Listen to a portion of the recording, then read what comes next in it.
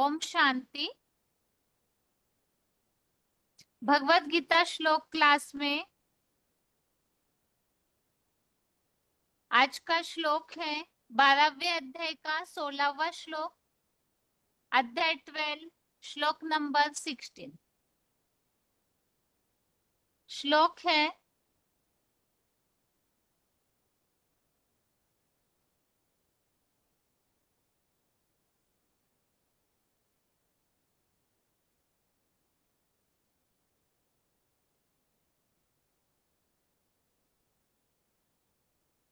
श्लोक है 12वें अध्याय का 16वां। अनपेक्षः शुचिर दक्षः उदासीनो गतव्यथः सर्वारंभ परित्यागी यो मत भक्तः समे प्रिय। श्लोक दोबारा।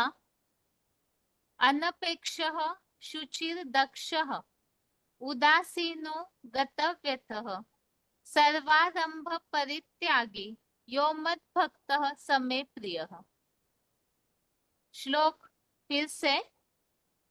अनपेक्षः शुचिर दक्ष उदासीनो गतव्यथः सर्वारंभ परित्यागी यो मत भक्तः समे प्रियः। श्लोक का संधि विच्छेद है। अनपेक्षः शुचिः दक्षः उदासीनः गतव्यथः सर्वारंभ परित्यागी य मत भक्तः स मे प्रियः।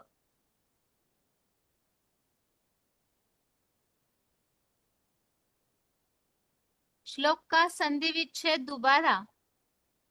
अनपेक्षः शुचिः दक्षः उदासीनः गतव्यथः सर्वारंभ परित्यागी य मत भक्तः स मे प्रियः। शब्दों के अर्थ है यह अर्थात जो, अनपेक्षः अर्थात अपेक्षा न करे, शुचि ही अर्थात पवित्र, दक्षः अर्थात कुशल है, उदासीन अर्थात पक्षपातहीन, गतव्यथः अर्थात व्यथाओं से रहित है, सर्वारंभ परित्यागी अर्थात सब कार्यों का भली भांति त्यागी, स अर्थात वह, मद भक्तः मेरा भक्त, में मुझे, प्रियः अर्थात प्रिय है। 12वें अध्याय का 16वां श्लोक हम देख रहे हैं और शब्दों के अर्थ दोबारा।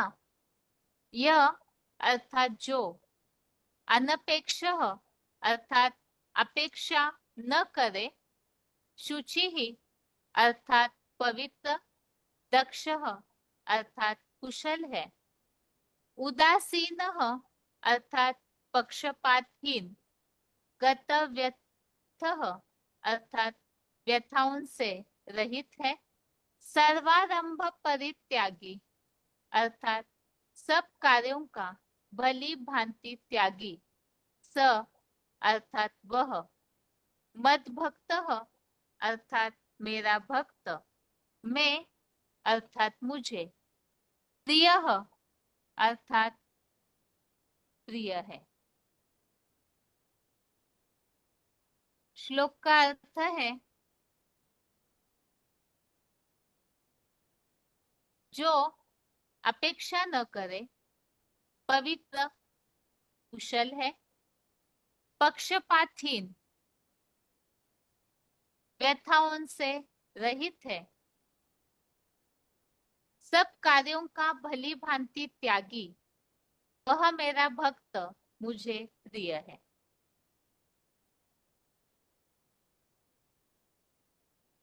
श्लोकों में यहाँ हम टॉपिक देख रहे हैं भगवत प्राप्त पुरुषों के लक्षण। शुरुआत में हमने 12वें अध्याय में भक्ति योग, यही अध्याय का नाम है, और इसमें भगवान से जुड़ना कैसे है, कैसे भगवान को याद करना है और उससे क्या प्राप्ति होती है, उसके बारे में हमने शुरू के श्लोकों में समझा है। जो केवल निराकार की याद में आसक्त होते हैं, उन्हें बहुत कठिनाइयों का सामना करना पड़ता है। और इसीलिए अर्जुन के प्रश्न पूछने पर सगुण या निर्गुण याद करने वालों में कौन योग के मर्म को अधिक जानते हैं, तो इस पर भगवान ने अर्जुन को यही बात समझाई कि जो ऊंची स्टेज में रहने वाला ध्रुव तारे मुआफिक जो अचल अडोल रहता है, ऐ- ऐसे ध्रुव तारे मुआफिक साकार में जो निराकार को याद करते हैं, तो ऐसे जो योगी है अव्यभिचारी भाव से इंद्रियों को संयमित कर कर परिस्थितियों में समदर्शी होकर के, ऐसे पुरुषार्थी योगी अव्यभिचारी भाव से एक भगवान में ही जो जुड़े रहते हैं, भगवान के लिए ही जो कर्म करते हैं, तो ऐसों का इस दुख के संसार सागर से, मृत्यु लोक से शीघ्र ही उद्धार होता है। अर्थात ऐसी आत्माएं स्वर्ग या वैकुंठ लोक में पहुंच जाती है। और इस बात को भी भगवान ने समझाया कि ऐसी प्राप्ति करने के लिए अगर कोई समर्थ नहीं है भगवान को पूरी तरह अव्यभिचारी रूप से निरंतर भगवान से जुड़ने में, योगाभ्यास में समर्थ नहीं है, तो भगवान के प्रति ही कर्म करे, वैसे भी नहीं होता है तो सर्व संबंधों से एक भगवान की शरण दे और इस तरह से किसी भी तरह से भगवान को याद करते हैं, साथ में कर्म फल के जो त्यागी है उन्हें शीघ्र ही शांति मिल जाती है। तो ऐसे जो भगवान को प्राप्त किए हुए पुरुष आत्माएं हैं, उनके लक्षण हम 12वें अध्याय के 13वें श्लोक से समझ रहे हैं। इसमें हमने समझा दुख सुख में समान, क्षमावान है, संतोषी है, अपने मन बुद्धि रूपी चित्त का जो वश करता है और सब कुछ ईश्वर अर्पण जिसने किया हुआ है, मन बुद्धि को पूरी तरह अर्पण में जिसने किया है, और विशेषकर जो किसी से परेशान नहीं होता, उनसे भी कोई परेशान नहीं होते, आनंद क्रोध भय उत्तेजना से जो मुक्त है, ऐसे भक्त भगवान को प्रिय है। अब आज के श्लोक में और विशेषताएं या ऐसों के लक्षण बताए हुए हैं।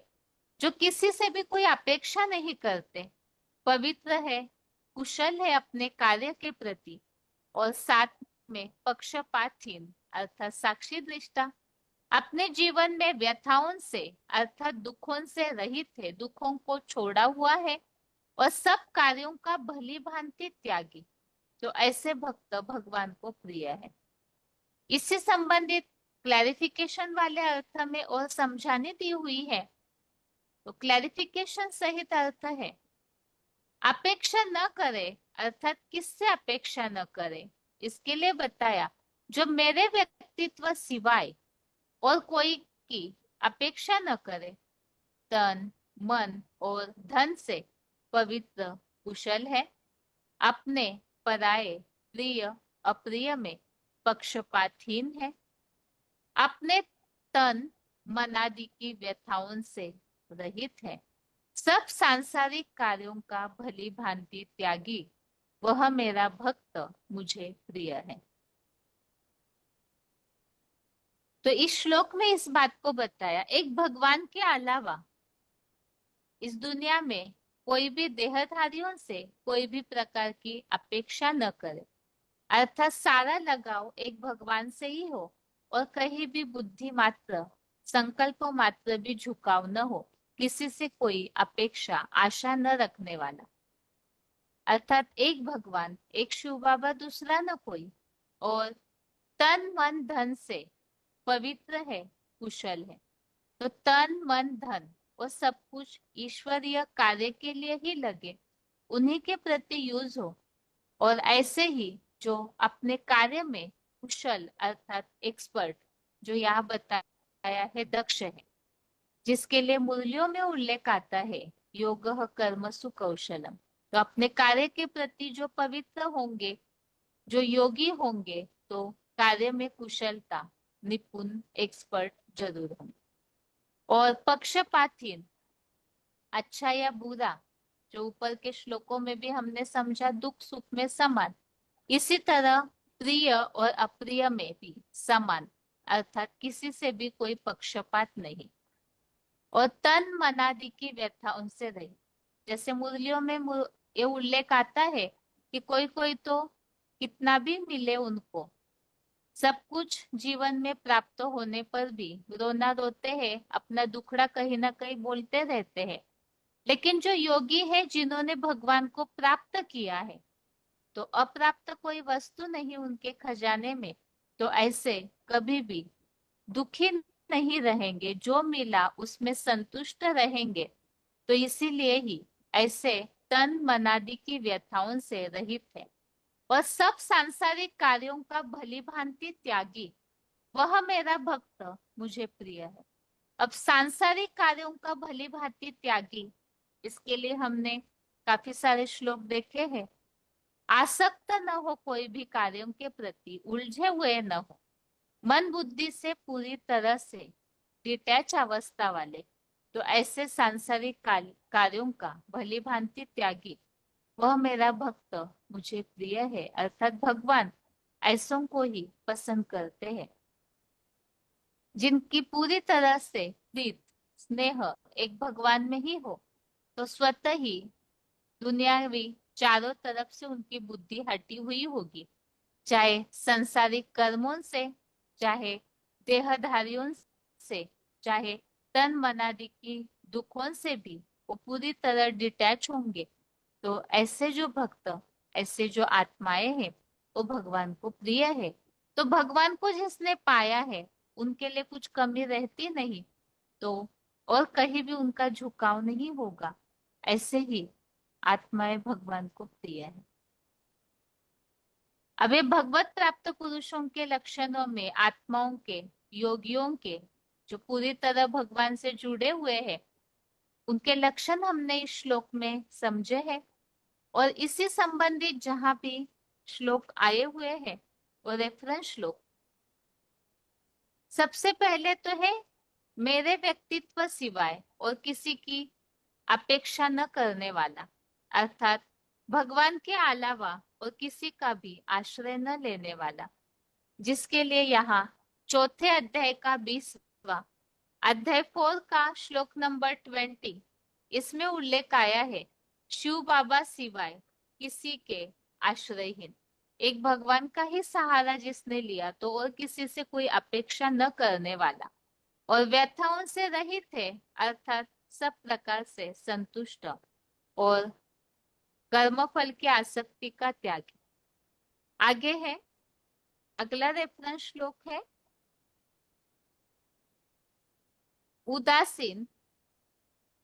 तो इसके लिए 14वें अध्याय का 23वां अध्याय 14 का श्लोक नंबर 23, उदासीन की भांति रहते हुए प्रकृतिगत मर्ज या इमर्ज हुए मायावी, माया निर्मित इन दृष्टम गुणों से हिलता नहीं है। तो यहाँ पर स्थिर बुद्धि के हिसाब से बताया है, उदासीन रहने वाला, कोई भी प्रकार का पक्षपात नहीं, एक रस, उदासीन अर्थात थोड़ी थोड़ी बातों में डिस्टर्ब होने वाला, ऐसे नहीं, कोई भी प्रकार का झुकाव नहीं, इस भाव से यहाँ बताया, उदासीन की भांति रहते हुए कोई भी गुणों से हिलता नहीं है, स्थिर रहता है। और 9वें अध्याय का 9वां अध्याय 9 का श्लोक नंबर 9, इसमें भी बताया है, उदासीन समान, अभोक्ता रहने वाला। तो ऐसे आत्माएं जो भगवान जैसे हर बात में उदासीन है, तो ऐसे योगी भी हर बात में उदासीन होंगे। श्लोक में उल्लेख आया है, जो ऐसे भगवान को प्राप्त किए हुए, जो भगवान को प्रिय भक्त है, वो पवित्र और कुशल होंगे, दक्ष होंगे। तो पवित्रता के लिए 5वें अध्याय का 7वां अध्याय 5 का श्लोक नंबर 7 है, योग युक्त चित्त से विशेष शुद्ध। आगे है अगला श्लोक,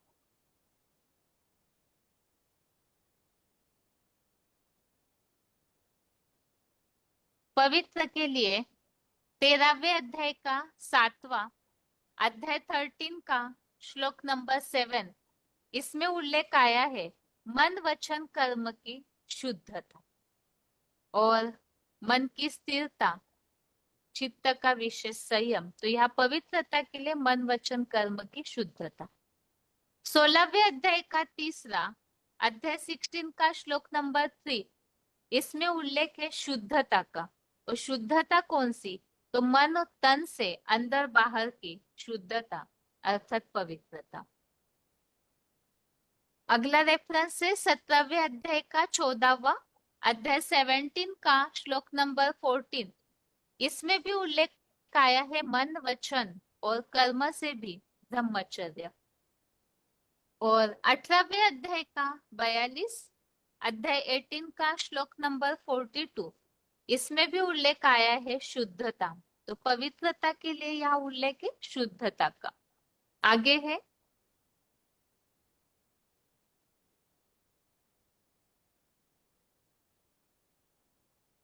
दक्ष। श्लोक में जो उल्लेख आया है हर बात में जो दक्ष है अर्थात कर्मों में कुशल होना, इसके लिए 18वें अध्याय का 43 अध्याय 18 का श्लोक नंबर 43, इसमें उल्लेख है दक्षता का। तो यह 18वें अध्याय में तो जो क्षत्रिय स्वभाव वाले हैं उनकी दक्षता का गुण यहाँ उल्लेखित है। तो जो भगवान को प्राप्त किए हुए होंगे वो भी इसी तरह दक्ष होंगे। दूसरे अध्याय का 15वां अध्याय 2 का श्लोक नंबर 15, ये श्लोक लिया है व्यथाओं से रहित। जो आज के श्लोक में उल्लेख है व्यथा रहित होगा। तो यहाँ भी बताया दुख सुख में समान रहने वाले धैर्यवान पुरुष को कोई भी विषय भोग कर्म करते भी व्यथित नहीं करते। तो तन मन धनादि की व्यथाओं से रहित, दुखों से रहित और सब कर्मों का भली भांति त्यागी, सांसारिक कर्म का भली भांति त्यागी, ऐसा उल्लेख आया हुआ है। इसी के लिए यह श्लोक लिया है 14वें अध्याय का 25वां अध्याय 14 का श्लोक नंबर 25, इसमें बताया यज्ञ सिवाय सभी सांसारिक बंधनों वाले कर्मों का समुचित त्यागी। और 18वें अध्याय का 49 अध्याय 18 का श्लोक नंबर 49, इसमें भी उल्लेख आया है कामनाहीन समुचित त्याग से परम श्रेष्ठ जैसा कर्म रहित सिद्धि को प्राप्त करता है। नारकीय संसार की सब परिस्थितियों में आत्मजयी और समुचित त्यागी। इस तरह से आज के श्लोक संबंधित रेफरेंस श्लोक हमने देखे और श्लोक में खास बात हमने ये समझी है भगवान को प्राप्त किए हुए जो आत्माएं हैं वो किसी भी तरह से एक शिव बाबा दूसरा न कोई इस संसार के कोई देहधारियों से कोई प्रकार की अपेक्षा नहीं रखते हैं। और दूसरा बताया हुआ है आज के श्लोक में पवित्र है, कार्य में कुशल है, पक्षपातहीन है, प्रिय हो अप्रिय हो सबके प्रति समानता। योगियों का अर्थ ही है बैलेंस। तो भक्ति योग में भी भगवान को प्राप्त किए हुए पुरुषों के लक्षण यहाँ बताए हैं। तो पक्षपातहीन होंगे अर्थात उदासीन होंगे, साथ में व्यथाओं से रहित, अपना दुखड़ा किसी के सामने न रोने वाले और सर्वारंभ परित्यागी, सभी सांसारिक कर्मों का संपूर्ण रीति से त्याग किए हुए भक्त भगवान को प्रिय है। अभी आगे है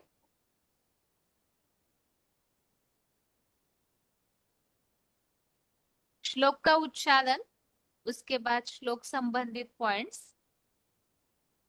अनपेक्षः शुचिर्दक्षः उदासीनो गतव्यथः सर्वारम्भ परित्यागी यो मद्भक्तः स मे प्रियः। जो मेरे व्यक्तित्व के सिवाय और कोई की अपेक्षा न करे, तन मन और धन से पवित्र, कुशल, अपने पराये, प्रिय अप्रिय में पक्षपात रहित, अपने तन मनादि की व्यथाओं से रहित, सब सांसारिक कार्यों का भली भांति त्यागी, मेरा भक्त मुझे प्रिय है।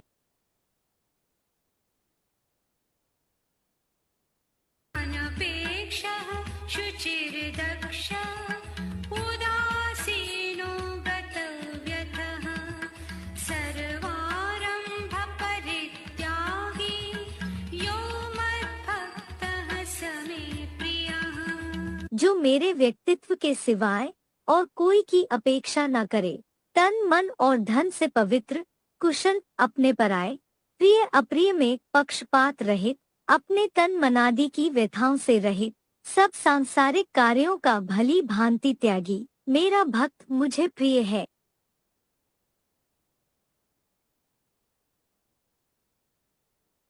श्लोक संबंधित पॉइंट्स है audio number 274, audio number 274, 33 minute 33 minutes के बाद से लिया हुआ पॉइंट है। मेरे व्यक्तित्व सिवाय और कोई की अपेक्षा न करे।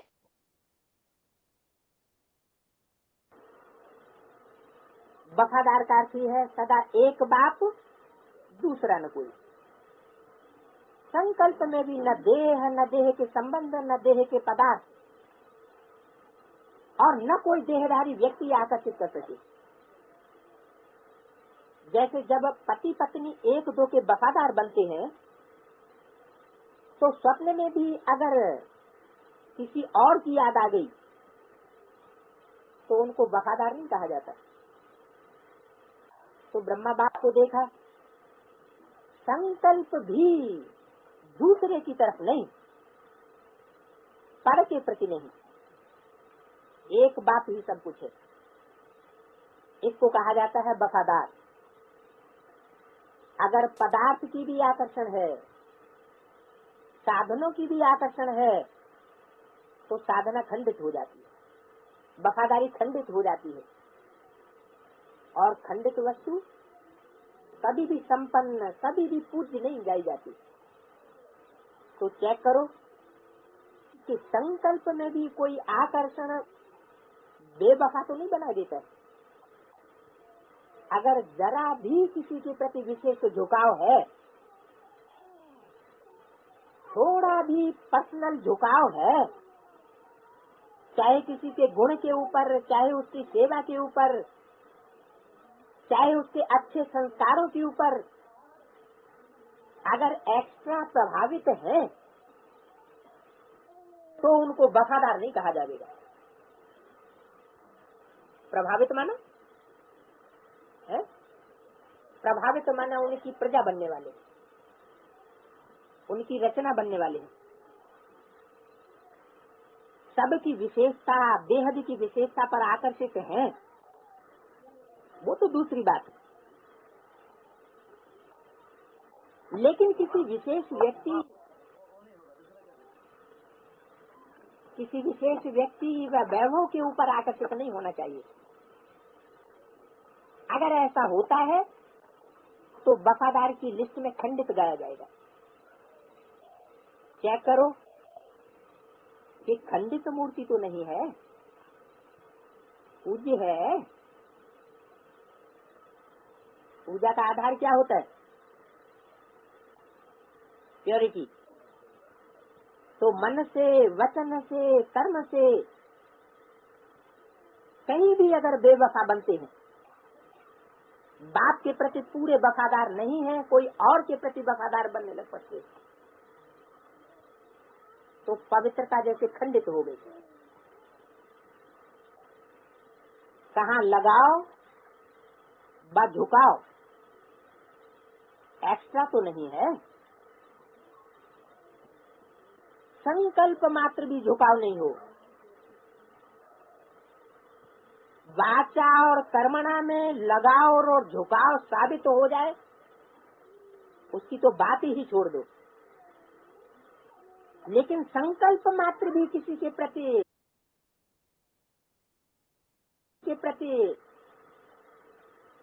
ऐसे न चले। चेक करते रहो। अगर संकल्प मात्र भी है तो खंडित की लिस्ट में गाए जाएंगे। अगला पॉइंट है VCD नंबर 2428, VCD नंबर 2428, 1 घंटा 14 मिनट 1 आवर 14 मिनट्स के बाद से लिया हुआ पॉइंट है तन मन और धन से पवित्र।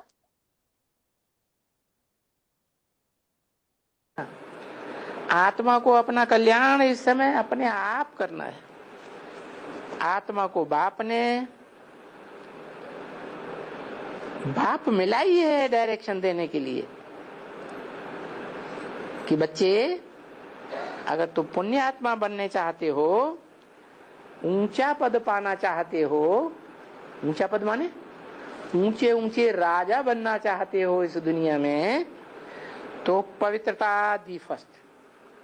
क्या बाबा जानते हैं कि द्वापर कलयुग में ये राजाएं बनेंगे तो पवित्रता फर्स्ट होने की कोई गारंटी नहीं है, लेकिन अभी शर्त रख दी। क्या अगर ऊंचा ऊंचा राजा बनना है, ऊंची ऊंची कुर्सी पानी है, ऊंचा पद पाना है, तो क्या चीज फर्स्ट? पवित्रता फर्स्ट। कौन सी पवित्रता फर्स्ट? तन भी पवित्र जगह लगे। क्या तन का लगाव कहाँ लगे? तन कहाँ स्वाहा हो? यज्ञ कुंड में। जो चीज स्वाहा हो जाएगी, जल जाती है कोई चीज, राख बन जाती है तो पवित्र हो गई ना। तो तन हो, चाहे मन या मन के संकल्प हो, चाहे दृष्टि हो, चाहे कान हो। क्या कान कैसे पवित्र बने? एक का सुनेंगे तो कान पवित्र बनेंगे। एक की जगह अखबारों में भी पढ़ लिया, टीवी भी देख लिया, टीवी चैनल्स भी देख दिए, रेडियो भी सुन रहा क्या कह रहा है, बड़े बड़े नेताएं क्या कह रहे हैं, सबका सुना, संग किया ना कानों से। रंग लगेगा या नहीं लगेगा? है मन बुद्धि रूपी आत्मा ज्यादा समय कहाँ दिया? कुसंग में दिया, या बाबा की वाणी जिसे सत्य कहा जाता है, सच्ची वाणी, उसमें हमने अपना मन बुद्धि का संग लगाया। तो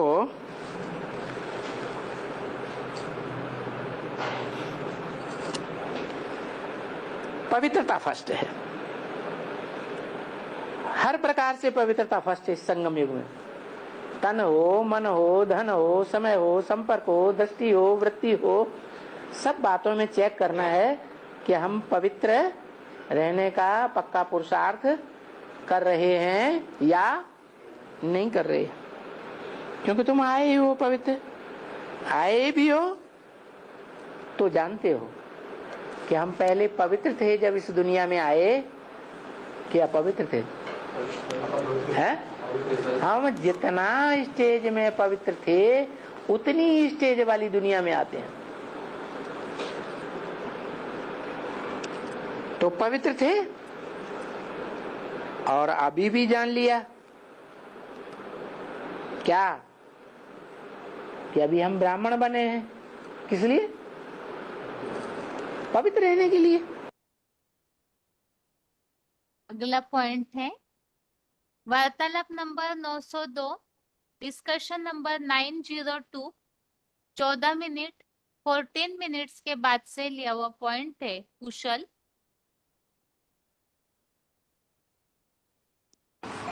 और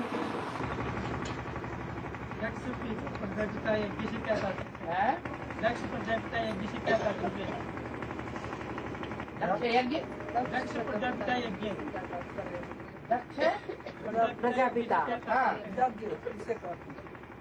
किसे कहेंगे? हाँ,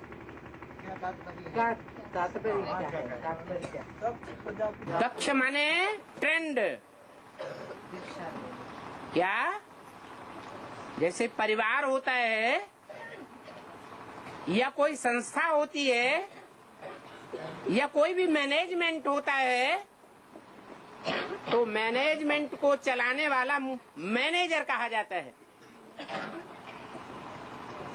जैसे होटल मैनेजमेंट होता है तो उनको ट्रेनिंग दी जाती है या नहीं है? दी जाती है। तो कोई मैनेजर बहुत होशियार होता है, पक्का ट्रेंड हो जाता है, तो उसे कहेंगे दक्ष। दक्ष शब्द से ही बनता है दीक्षित। तो ये ट्रेनिंग की बात है। दुनिया में जैसे ट्रेनिंग होती है, ऐसे ही मनुष्य सृष्टि को चलाने की ट्रेनिंग है। कोई मनुष्य सृष्टि में 200 करोड़ मनुष्य मात्र को चलाने का मुखिया कहा जाता है। जैसे क्राइस्ट, वो अपने हुजूम का प्रजापिता है, अपने हुजूम को चलाने में दक्ष है। ऐसे ही नंबरवार और भी धर्म पिताएं हैं जो मानवीय सृष्टि के कोई न कोई छोटे बड़े ग्रुप को संचालन करने में दक्ष हैं, परंतु इन सबका कोई बाप है, जो बापों का बाप कहा जाता है।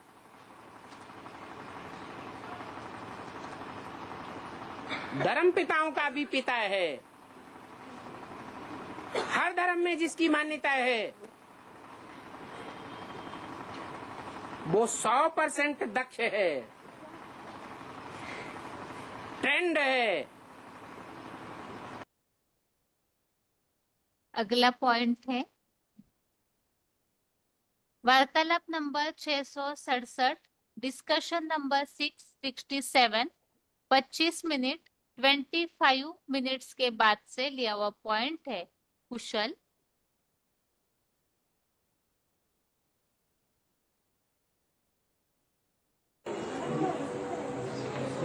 कौशल्या, कुशल शब्द होता है क्या? कहते हैं योग है कर्मसु कौशलम। बाप की याद में रह करके जो कर्म किए जाते हैं वो कुशल कर्म है, श्रेष्ठ कर्म है। ऐसे कर्मों को फॉलो करने वाली का नाम रखा गया कौशल्या। जो कुशल कर्म करेंगे वो श्रेष्ठ कहे जाएंगे, या जो श्रीमत के अनुकूल कर्म नहीं करेंगे वो कुशल और श्रेष्ठ कहे जाएंगे। श्रीमत के अनुकूल कर्म करे वही कुशल। अगला पॉइंट वार्तालाप नंबर 630, डिस्कशन नंबर 630, 1 घंटा 4 मिनट 1 आवर 4 मिनट्स के बाद से लिया हुआ पॉइंट है पक्षपातहीन। साक्षी कहते हैं, एक होता है पार्शियल, कहते हैं ना पार्शियलिटी करता है, पक्षपात करता है। तो जिसमें पक्षपात न हो, क्या देह के संबंधी का पक्षपात नहीं है, देह के संपर्की का भी पक्षपात नहीं है, देह के देश का भी पक्षपात नहीं है, कोई प्रकार का पक्षपात नहीं है। सबको आत्मिक दृष्टि से देखता है, सब आत्मा आत्मा भाई भाई है। तो उसको कहते हैं साक्षी। कहीं लगाव है तो साक्षी नहीं बन सकता।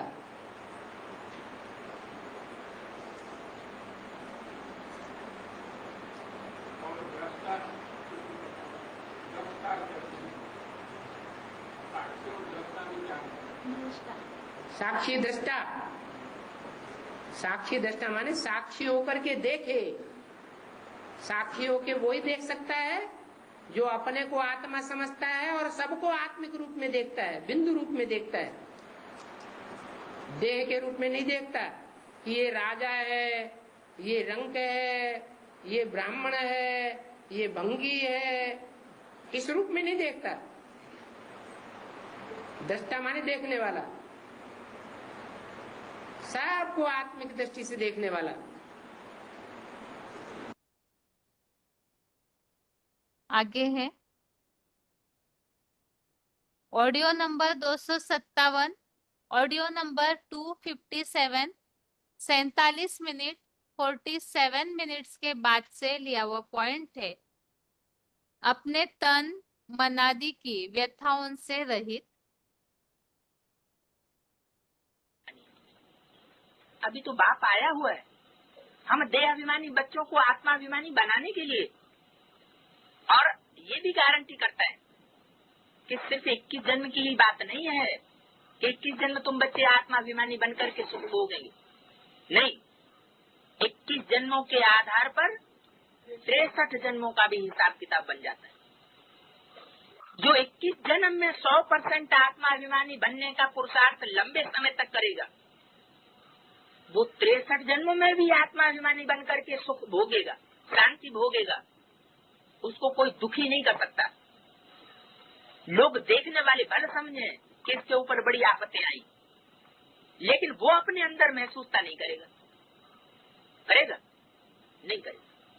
महाराणा प्रताप ने जब घास की रोटियां खाई तो क्या उनको अंदर से आंसू आया होगा कि हमको घास की रोटियां खानी पड़ी, कितना दुख आ गया, हमसे ज्यादा दुख इस दुनिया में कोई नहीं।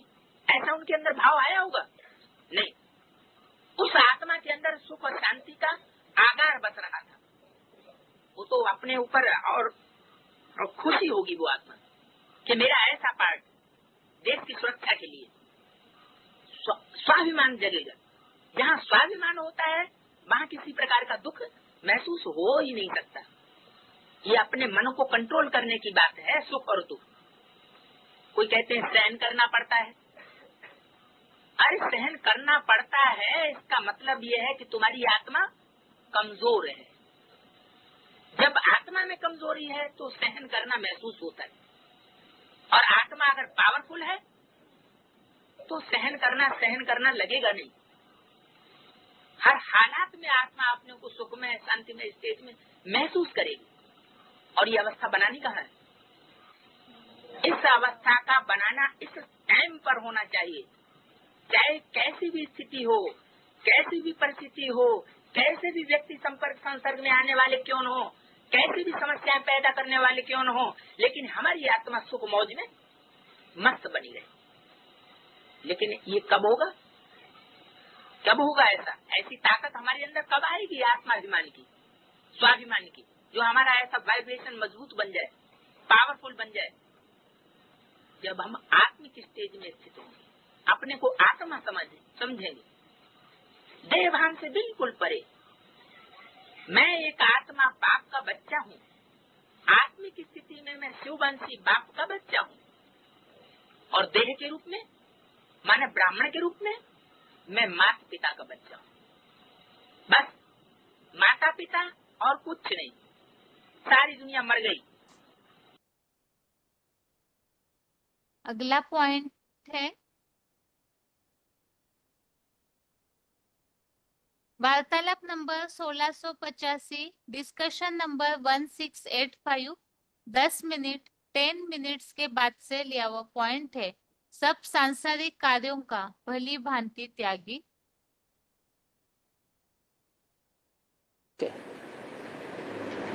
उस यज्ञ कर्म के अलावा दुनिया में जो कुछ भी काम किए जाते हैं वो सब कर्म बंधन में बांधने वाले हैं। क्या कहा? यज्ञ कर्म के अलावा, यज्ञ सेवा के अलावा जितने भी कर्म संसार में करने वाले लोग हैं, कर्म कर रहे हैं, लौकिक कर्म कर रहे हैं ना, वो सारे ही लौकिक कर्म कर्म बंधन में बांधने वाले हैं।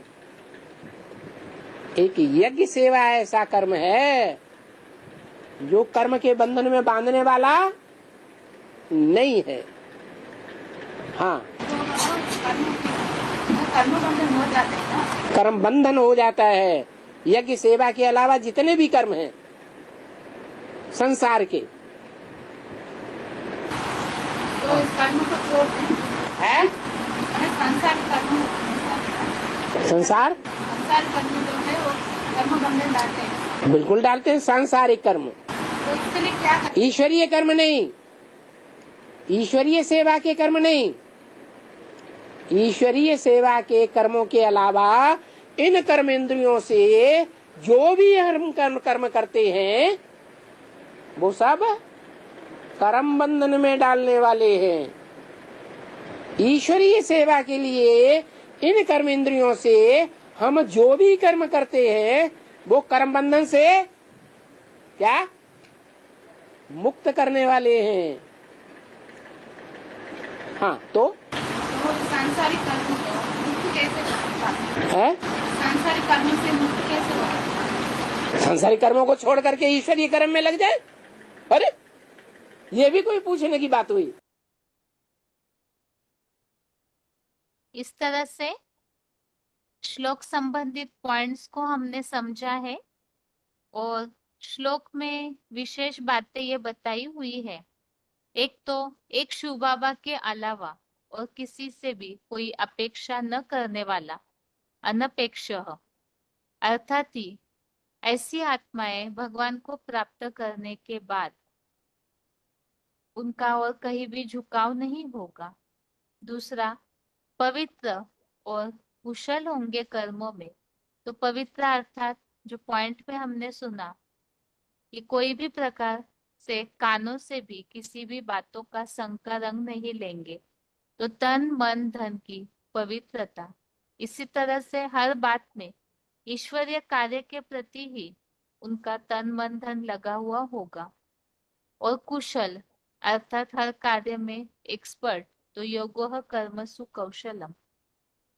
साथ में ही अपनी तन मन धन आदि की व्यथाओं से रहित, तो जिसके लिए महाराणा प्रताप का उदाहरण जो पॉइंट में हमने समझा कि भले उन्हें घास की रोटियां खानी पड़ी लेकिन उन्हें दुख नहीं महसूस हुआ। तो ऐसे ही जो पूरी तरह से ईश्वरीय कार्य में लगे हुए होंगे, आत्मिक स्थिति के आधार से उनका वाइब्रेशन ऐसा बना हुआ होता है, तो व्यथाओं से दुखों से रहित होते हैं, दुखी नहीं होते हैं कोई भी परिस्थितियों में।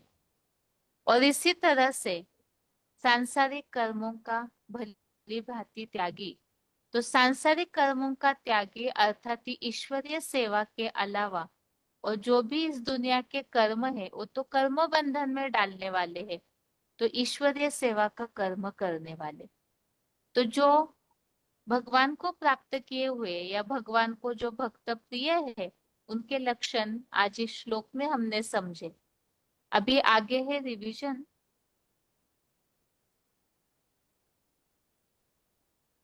रिवीजन के लिए 10वें अध्याय का 17वां श्लोक है, अध्याय 10 का श्लोक नंबर 17। यहाँ हम विभूति योग में इन बातों को समझ रहे थे कि किस तरह से एक भगवानी है जो अर्जुन को सर्वश्रेष्ठ ज्ञान उत्तम सर्वोत्तम वाणी बताते हैं, क्योंकि अर्जुन ही इसके लिए योग्य है और सुनने समझने में प्रीतिमान भी है। और इसमें भगवान ने अर्जुन को भगवान का परिचय दिया, क्योंकि भगवान को कोई भी जानते नहीं है। तो जो त्रिकालदर्शी त्रिकालज्ञ को, तीन लोकों के महेश्वर को जानते हैं, वो मनुष्यों से मोह रहित होकर पापों से मुक्त हो जाते हैं। तो इसीलिए यहाँ बताया हुआ है जो विभूतियां है विशेष रूप से भगवान से जन्म लेने वाली ऐसी आत्माएं हैं जिनके द्वारा भगवान स्वर्ग नरक आदि का कार्य फैला करके उन पर सौंपते अव्यक्त धाम में, शांति धाम में अव्यक्त होकर के बैठ जाते हैं। तो भगवान का ये जो कार्य है जो बताया कि जो भगवान को पहचान करके पूरी तरह से भगवान के द्वारा ही इस जगत का सारा कार्य चलता है, ऐसे मान करके जो बुद्धिमान भगवान को ही भजते हैं, तो ऐसे भगवान को ही प्रीतिपूर्वक याद करने वालों को भगवान से बुद्धि और शक्ति मिलती है। और ऐसों का अज्ञान दूर करने के लिए भगवान ईश्वरीय ज्ञान का दीपक ध्रुव तारा ऐसा चैतन्य ज्ञान का दीपक इस सृष्टि को देते हैं ताकि अज्ञान अंधेरे से सबकी मुक्ति हो जाए। अब भगवान के इस कार्य को जानने के बाद अर्जुन ने भगवान से ये बात कही कि आप ही परम धाम है, परम ब्रह्म है, आप ही शाश्वत दिव्य पुरुष भी है। और इसके बारे में अर्जुन को अलग अलग व्यक्तियों ने, जैसे देवल, नारद, व्यास जी ने भी बताया है कि एक भगवान ही है जो इस संसार की सर्वोपरि सत्ता है, लेकिन उसके बावजूद भी कोई भी भगवान को नहीं जानते हैं। और क्यों नहीं जानते हैं, इसका उत्तर 10वें अध्याय के 15वें श्लोक में दिया है। अगर वह अजन्मा होने के कारण भगवान स्वयं अपना परिचय देते हैं और मनुष्य मात्र सभी जन्म मरण के चक्र में आते हैं, इसीलिए कोई भी भगवान का परिचय नहीं दे पाते हैं। और जो भगवान ने भगवान के परिचय को जानने से जो प्राप्ति होती है, तो उसके लिए ही आगे के श्लोकों में उल्लेख आया हुआ है। तो 17वां श्लोक आज का है रिवीजन का श्लोक है, कथम विद्यामहं योगिं त्वां सदा परिचिन्तयन् केषु केषु च भावेषु चिन्त्योऽसि भगवन्मया। श्लोक दोबारा, कथम विद्यामहं योगिं त्वां सदा परिचिन्तयन् केषु केषु च भावेषु चिन्त्योऽसि भगवन्मया। अर्थात हे योगीश्वर, आपके सहयोग बिना मैं कैसे निरंतर विचार मंथन करता हुआ आप अचिंत्य अदृश्य रूप को पूरी रीति जान सकता हूँ।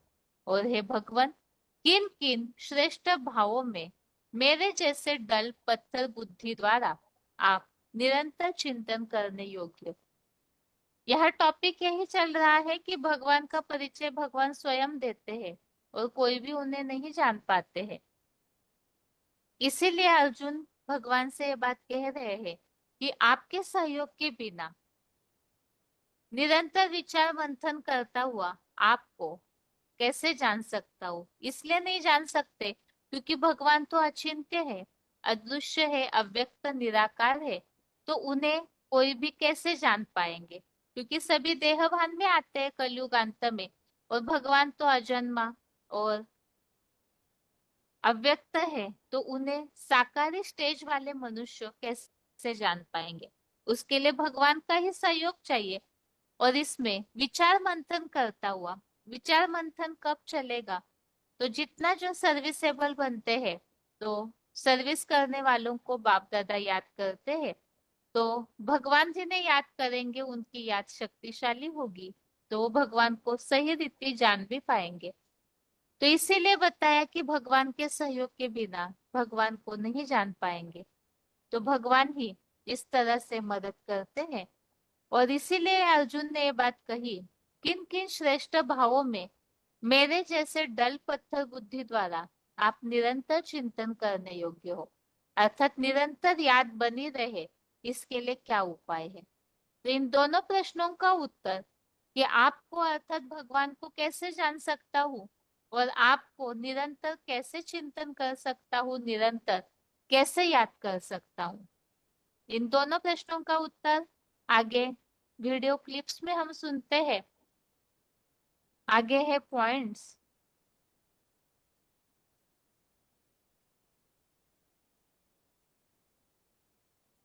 श्लोक में उल्लेख है भगवान को पूरी रीति कैसे जान सकते हैं।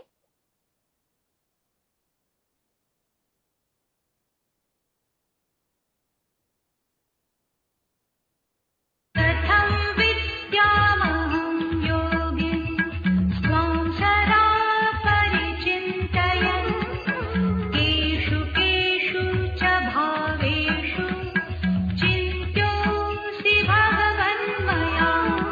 योगिन अहम कथम सदा परिचिन्तयन् त्वां विद्याम। हे योगीश्वर, मैं कैसे निरंतर विचार मंथन करता हुआ आपको जान सकता हूँ। जब भगवन केशु केशु भावेशु, और हे भगवन, किन किन भावों में मया चिंत्या असि, मेरे द्वारा चिंतन करने योग्य हो। योगिन अहम कथम सदा परिचिन्तयन् त्वां विद्याम। च भगवन् केषु केषु भावेषु मया चिन्त्यः असि। भावार्थ, हे योगीश्वर, आपके सहयोग बिना मैं कैसे निरंतर विचार मंथन करता हुआ आप अचिंत्य अदृश्य रूप को पूरी रीति जान सकता हूँ। और हे भगवन, किन किन श्रेष्ठ भावों में मेरे जैसे डल अर्थात पत्थर बुद्धि द्वारा आप निरंतर चिंतन करने योग्य हो। जो पक्के पॉइंट है, मंथन करने में भगवान सहयोग देते हैं। वार्तालाप नंबर 1162, डिस्कशन नंबर 1162, 30 मिनट के बाद से लिया हुआ पॉइंट। सूर्यवंशी हैं, वो खुद मनन चिंतन मंथन करके कमाने खाने वाले हैं। प्रश्नोत्तर के पचड़े में नहीं पड़ते हैं। जितनी सेवा करेंगे, सेवा के फील्ड में रहेंगे, उतना बाप उन बच्चों में प्रवेश करके जैसे कि मनन चिंतन मंथन भी कराता है, हर प्रश्न का जवाब मिल जाता है।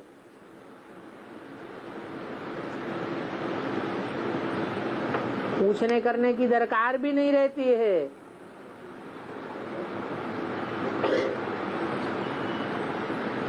ढेर के ढेर प्रश्न उठना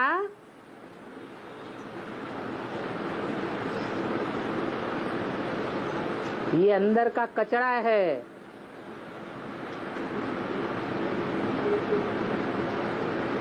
जो कचरा संकल्पों की विकृति के कारण पैदा होता है। अगला पॉइंट है, मंथन करने से भगवान के रूप को पूरी रीति जान सकते हैं। वार्तालाप नंबर 358, डिस्कशन नंबर 358, स्टार्टिंग से ही 1 मिनट के बाद से लिया हुआ पॉइंट है। निसंकल्प बनने के लिए मनन चिंतन मंथन का पुरुषार्थ करना है। मंथन करेंगे तो बाप का यथार्थ रूप बुद्धि में स्थायी रूप से बैठेगा, नहीं तो निश्चय निश्चय का चक्कर चलता रहेगा। अभी अभी बाप के ऊपर निश्चय आएगा, अभी अभी निश्चय उखड़ जाएगा। मैं जो हूँ, जैसा हूँ, जिस रूप में पार्ट बजाता हूँ, उस रूप पर स्थायी निश्चय बैठाने के लिए मनन चिंतन मंथन की स्टेज में जाना जरूरी है। तब निसंकल्पी स्टेज आवेगी। गीता में लिखा है ना, है? भगवान का अचिंत्य और अदृश्य रूप, इसके लिए भी सीडी नंबर है 3551 3551, 17 मिनट 17 मिनट्स के बाद से लिया हुआ पॉइंट।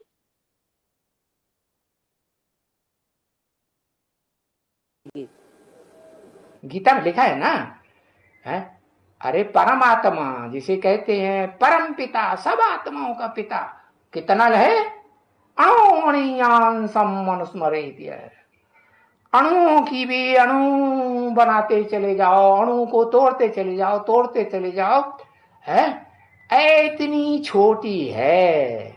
अरे भाई, वो जड़ अणु होते हैं, उनको तो यंत्रों से तोड़ तोड़ के फिर भी देख लेते हैं, लेकिन आत्मा तो इतनी सूक्ष्म है कि इन जड़ यंत्रों से देख ही नहीं जा सकती।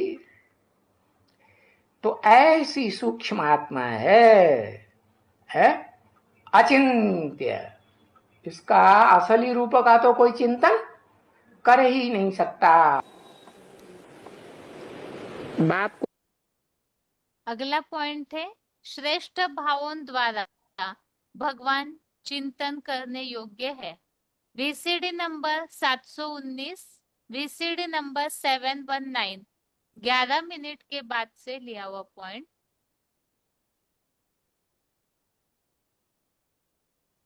को याद करना है।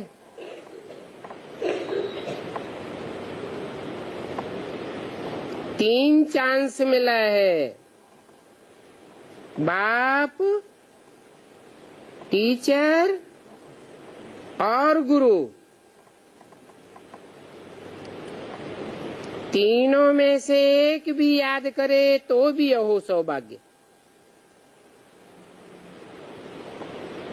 पहले किस रूप में मिलता है? बाप के रूप में मिलता है। बाप से ब्राह्मण आत्मा का प्रत्यक्षता रूपी जन्म होता है।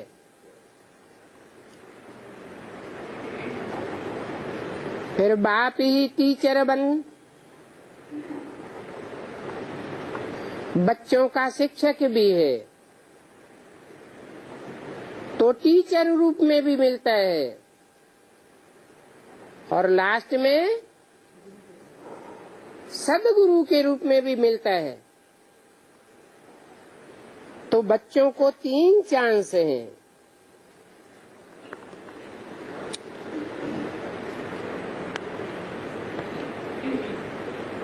तीनों रूपों में से एक को भी याद कर ले तो हो सौभाग्य। माया ऐसी है जो तीनों में से एक भी याद नहीं पड़ता है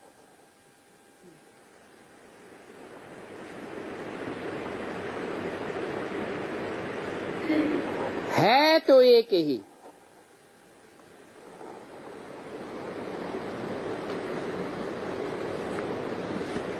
एक माना एक बिंदी, एक बिंदी, दो चार बिंदी। बिंदी के रूप में पहचान नहीं होती। पहचान कब होती है? साकार रूप में होती है।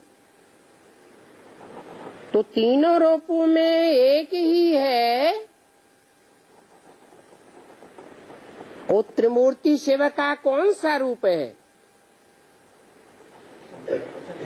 तो तीन मूर्तियां।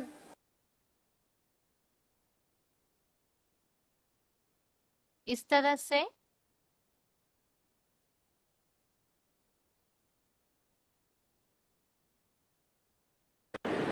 एक बिंदी, एक बिंदी, दो चार बिंदी। बिंदी के रूप में पहचान नहीं होती। पहचान कब होती है? साकार रूप में होती है। तो तीनों रूपों में एक ही है। वो त्रिमूर्ति शिव का कौन सा रूप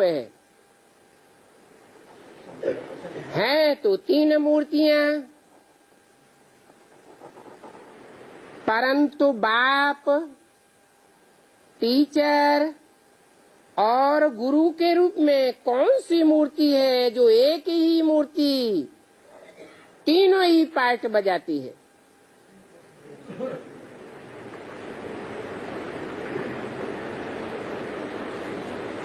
तो एक ही।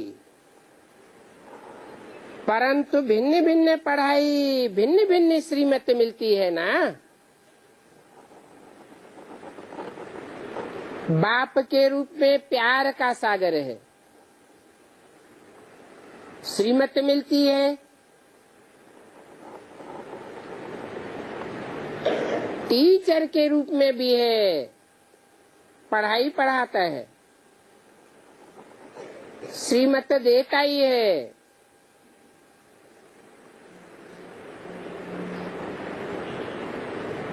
और गुरु के रूप में सदगति मिलती है।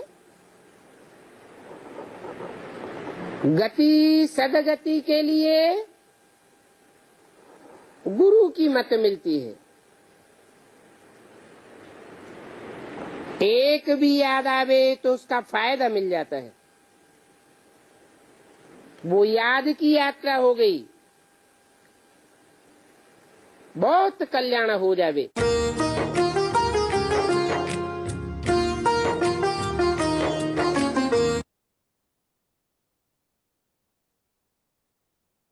इस तरह से 10वें अध्याय के 17वें श्लोक में हमने समझा भगवान का परिचय भगवान स्वयं देते हैं, बाकी भगवान को किस तरह से किन भावों में जान सकते हैं।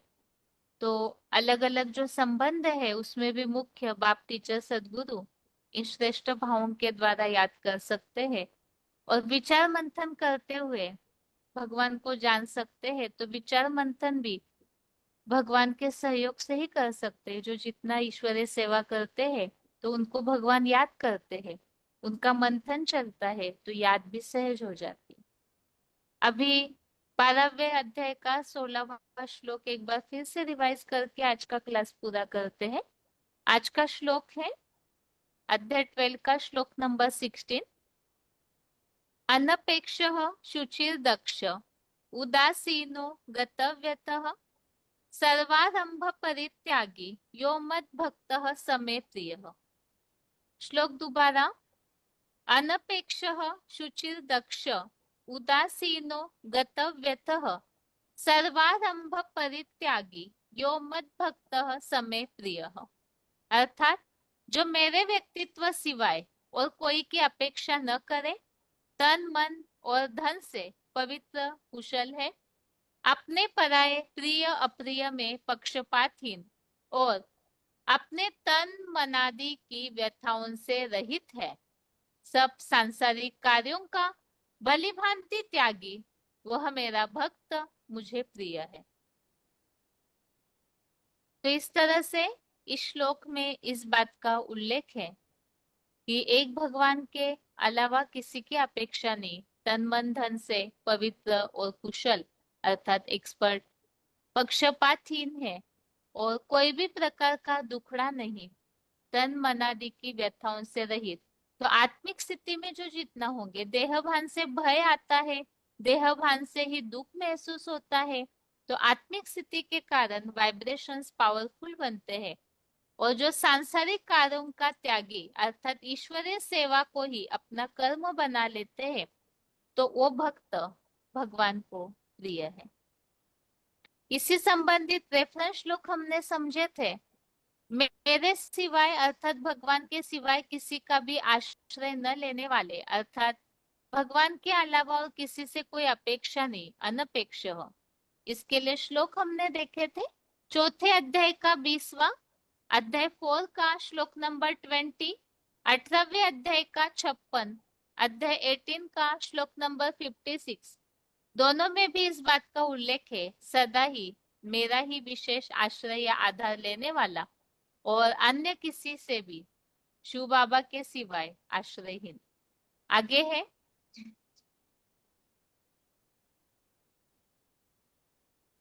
उदासीन, जो श्लोक में उल्लेख है पक्षपात रहित। तो इसके लिए 14वें अध्याय का 23, अध्याय 14 का श्लोक नंबर 23, 9वें अध्याय का 9, अध्याय 9 का श्लोक नंबर 9, दोनों में भी उदासीन ऐसा उल्लेख आया हुआ है।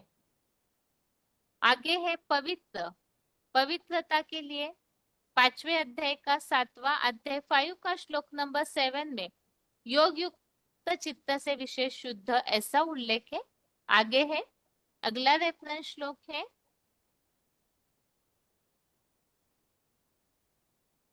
पवित्रता के लिए ही 13वें अध्याय का 7वां, अध्याय 13 का श्लोक नंबर 7, इसमें भी मन वचन कर्म की शुद्धता।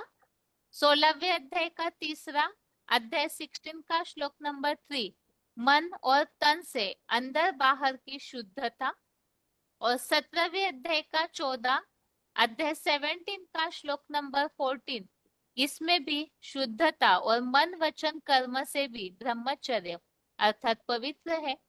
और 18वें अध्याय का 42, अध्याय 18 का श्लोक नंबर 42, इसमें भी शुद्धता का उल्लेख है।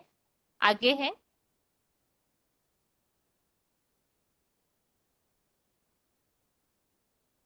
दक्ष, जो श्लोक में शब्द आया हुआ है दक्ष अर्थात कुशल।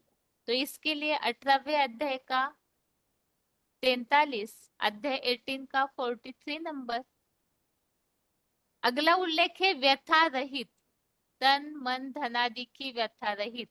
तो इसके लिए दूसरे अध्याय का 15, अध्याय 2 का श्लोक नंबर 15, इसमें उल्लेख है कोई भी विषय भोग कर्म करते भी व्यतीत नहीं करते धैर्यवान पुरुष को, और दुख सुख में वो समान होता है, और सब कर्मों का भली भांति त्यागी, सांसारिक कर्मों का त्यागी। इसके लिए 14वें अध्याय का 25, अध्याय 14 का श्लोक नंबर 25, सांसारिक बंधनों वाले कर्मों का समुचित त्यागी, ऐसा उल्लेख है। और 18वें अध्याय का 49, अध्याय 18 का श्लोक नंबर 49, इसमें भी उल्लेख है समुचित त्याग। तो इस तरह से आज के श्लोक के रेफरेंस श्लोक हमने समझे, और श्लोक में विशेष बात जो भगवान को प्राप्त करते हैं ऐसे योगियों के लक्षण बताए हैं। एक शिव बाबा, दूसरा न कोई, और कहीं भी झुकाव नहीं, भगवान के अलावा किसी से कोई अपेक्षा नहीं, सब प्रकार के दुखों से रहित, और साथ में सांसारिक कर्मों का त्यागी अर्थात ईश्वरीय सेवा को ही अपना कर्म मानने वाले ऐसे भक्त भगवान को अति प्रिय है। तो आज के क्लास में हमने 10वें अध्याय का 17वां श्लोक रिवीजन में समझा, और 12वें अध्याय का 16वां श्लोक समझा है। और इसके साथ ही आज के लिए गीता क्लास यहाँ ही पूरा करते हैं। ओम शांति।